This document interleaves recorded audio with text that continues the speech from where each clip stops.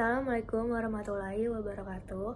Di sini aku akan mempresentasikan matkul OAK dengan materi evolusi dan perkembangan arsitektur komputer. Sebelumnya di sini perkenalkan, nama aku Alia Nabila Suryati dengan NIM 24116187 dari kelas IF05. Di sini yang pertama ada pengantar. Komputer telah mengalami perkembangan pesat sejak generasi pertama hingga sekarang. Evolusi ini mencakup perubahan dalam teknologi perangkat keras, bahasa pemrograman, hingga arsitektur sistem yang digunakan. Generasi pertama dari tahun 1940 sampai dengan 1956.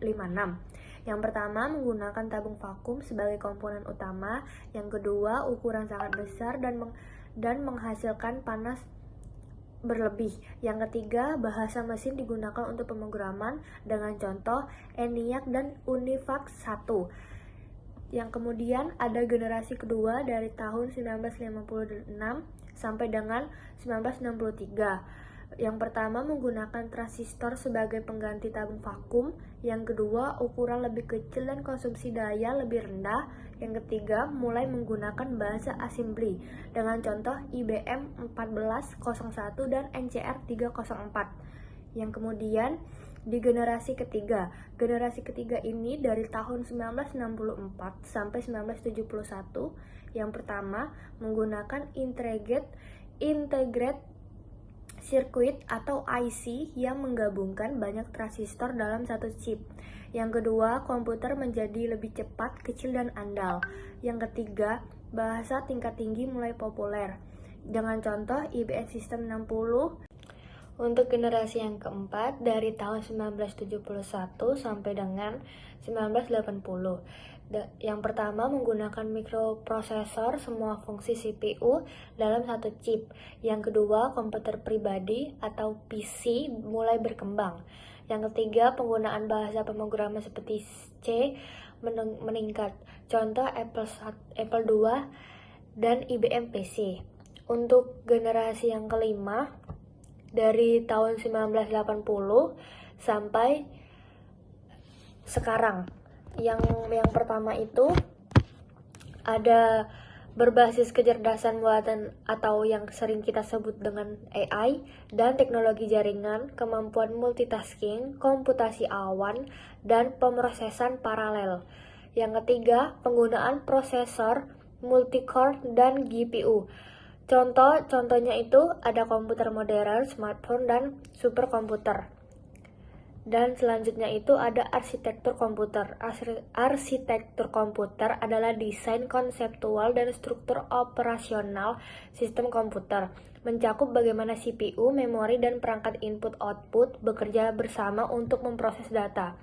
Selanjutnya ada komponen utama arsitektur komputer.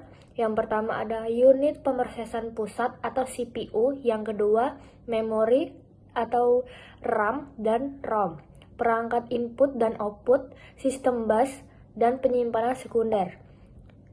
Yang selanjutnya ada model arsitektur von Neumann. Dikembangkan oleh John von Neumann pada tahun 1945 menggunakan satu memori bersama untuk instruksi dan data. CPU mengeksekusi instruksi secara berurutan, yang kemudian digunakan pada hampir semua komputer modern. Yang kemudian ada arsitektur Harvard. Yang pertama, memisahkan memori instruksi dan memori data. Yang kedua, memungkinkan akses paralel ke data dan instruksi.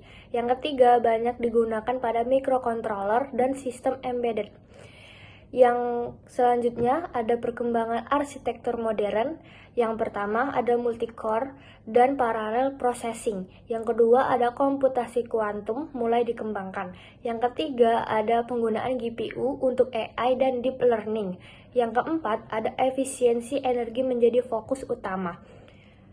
Dan yang terakhir ada kesimpulan. Evolusi komputer dari generasi pertama hingga kini menunjukkan peningkatan efisiensi, kecepatan, dan kecerdasan sistem. Arsitektur komputer terus berkembang untuk mendukung kemajuan teknologi informasi di berbagai bidang.